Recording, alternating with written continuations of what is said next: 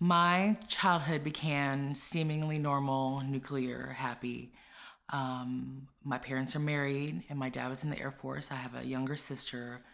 We traveled all over the United States and abroad and moved every 3 years. And my childhood was really great up until I was 7. Um, when I was 7, I was molested by a female babysitter who came to our house, and she would touch me and do inappropriate things with me at night as she put me to bed. I never told anybody about that. I was really young. And then when I was 9, a new set of molestation began where I would go and get babysat by some friends of my family.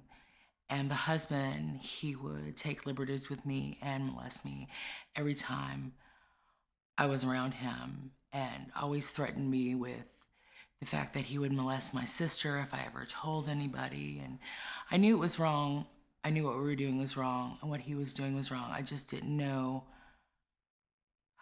to what level it was wrong and how it would affect my future. And I didn't know how to tell anybody. And then one day I'm watching TV and I see a commercial on TV and it says something to the point like, if anybody's touching you in your bathing suit area that's not your parents or making you feel uncomfortable, you should tell somebody. It was just one of those ad campaigns that you never really see anymore on TV that there should be more of. And at that moment, I went downstairs after watching that commercial and I told my father what happened. And I was just like 9 at this point. I never seen him more concerned about anything in my whole life. I remember he leapt out of his recliner and was standing, and I got really scared all of a sudden, like I was in trouble. And he grabbed me and held me and he called for my mother and they called the police.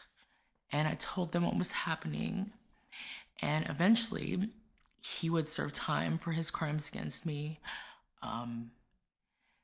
And I would go to counseling, but it was short-lived. I was too young. I didn't want to open up. My parents said I wouldn't talk to the counselor, so they stopped making me go. And that was the end of the trauma and abuse in my early childhood. I began using drugs, experimenting with drugs in high school.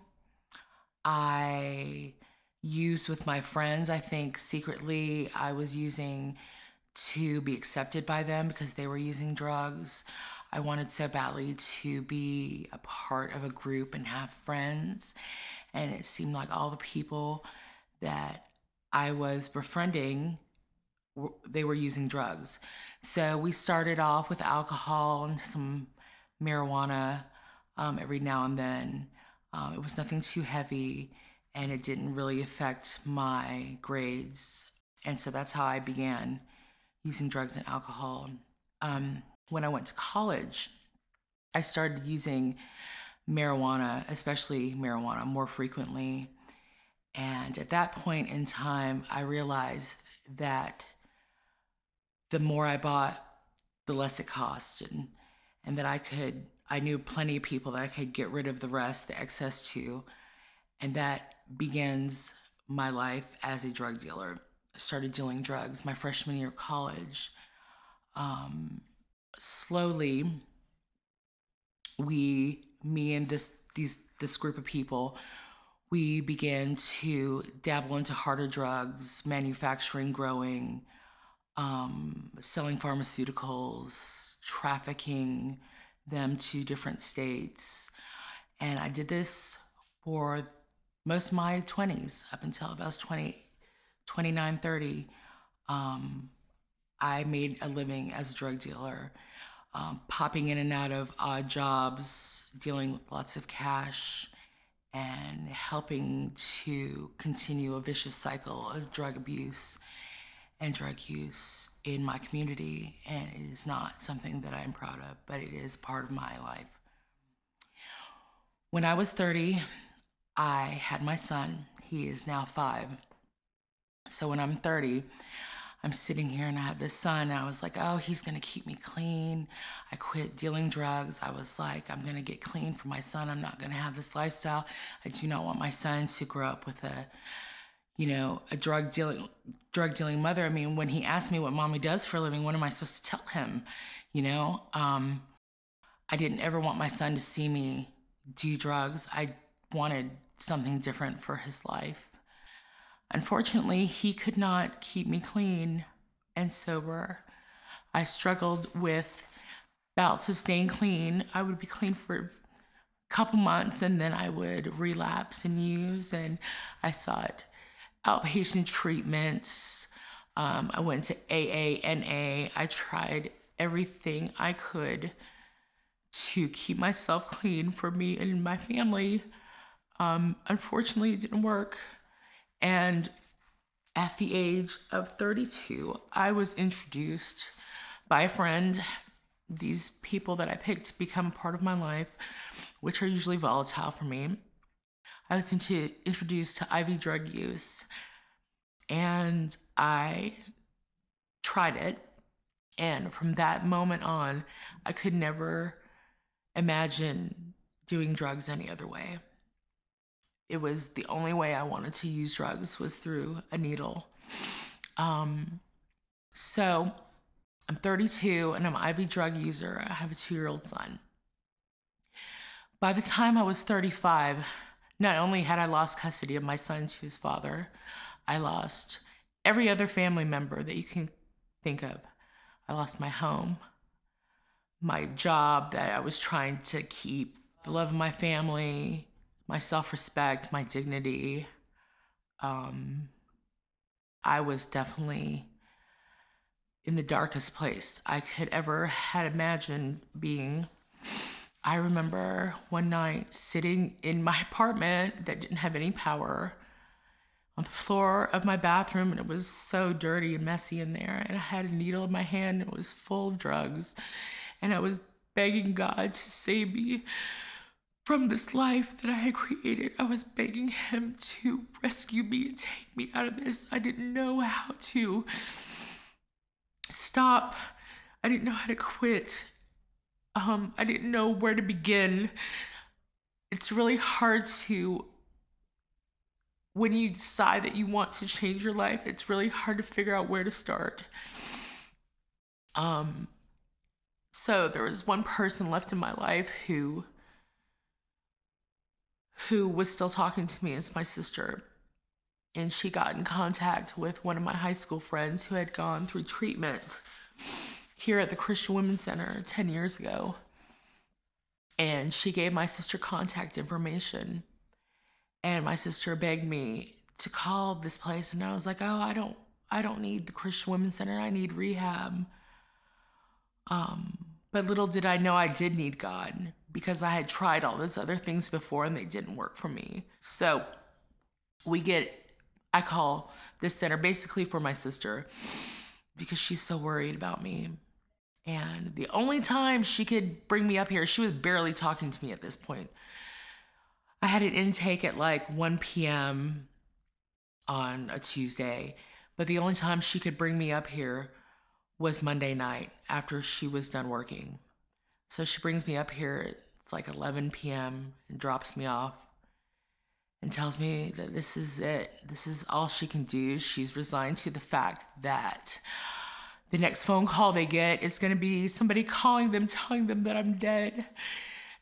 She resigned herself to the fact that she would have to tell my son what happened to me, and that she begged me to get help, and she left me on the doorstep here at the Christian Women's Center late one night, and I didn't leave, even though I was so scared and I wanted to just run away. I stayed. Something was telling me it was going to be safe to sleep out here on the patio, and I stayed. The next morning, it was like 6 in the morning, and Miss Linda comes into work and she sees me sleeping on the patio, and she invites me in, and she makes me breakfast and brings me something to drink, and they bumped up my intake by hours because I was so early. But I had told him that this was the only way I could get here. I mean, I had to be early. I remember this conversation we had in my intake. They asked me if I knew beyond a shadow of a doubt that if I died right now, if I would go to heaven. And I did not know. I did not know beyond a shadow of doubt that I would go to heaven. And so that moment, I accepted Christ into my life. And I just let go of everything, and I was willing to let Him take control of my life and lead me in the direction I needed to go to. I was willing to get any help I could.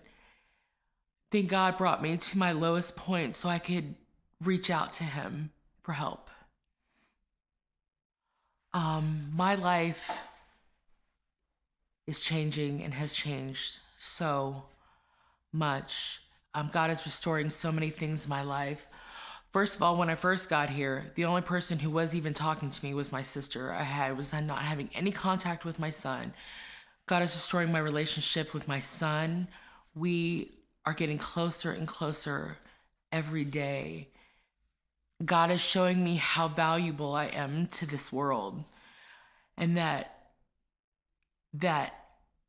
He has given me a son to nurture and disciple and take care of for this time and for this season, and that He needs me to be a godly mother. He needs me to be sober in order to teach him the things that I have learned here about God. My future with Christ in it can be filled with hope. I know my Creator. I have a relationship with Him, and He loves me. God will never change, and His word will never change, and I can trust Him. And even if everybody else on the face of the planet disappeared, I would never be alone. I've learned so much about the Bible. Another thing I've learned here at the center is how to live in the fruit of the Spirit, how to be patient and kind, how to let God speak for me, and how to be what I need to be through God for other people. I'm thankful to say at this time in my life, I actually have hope for my future.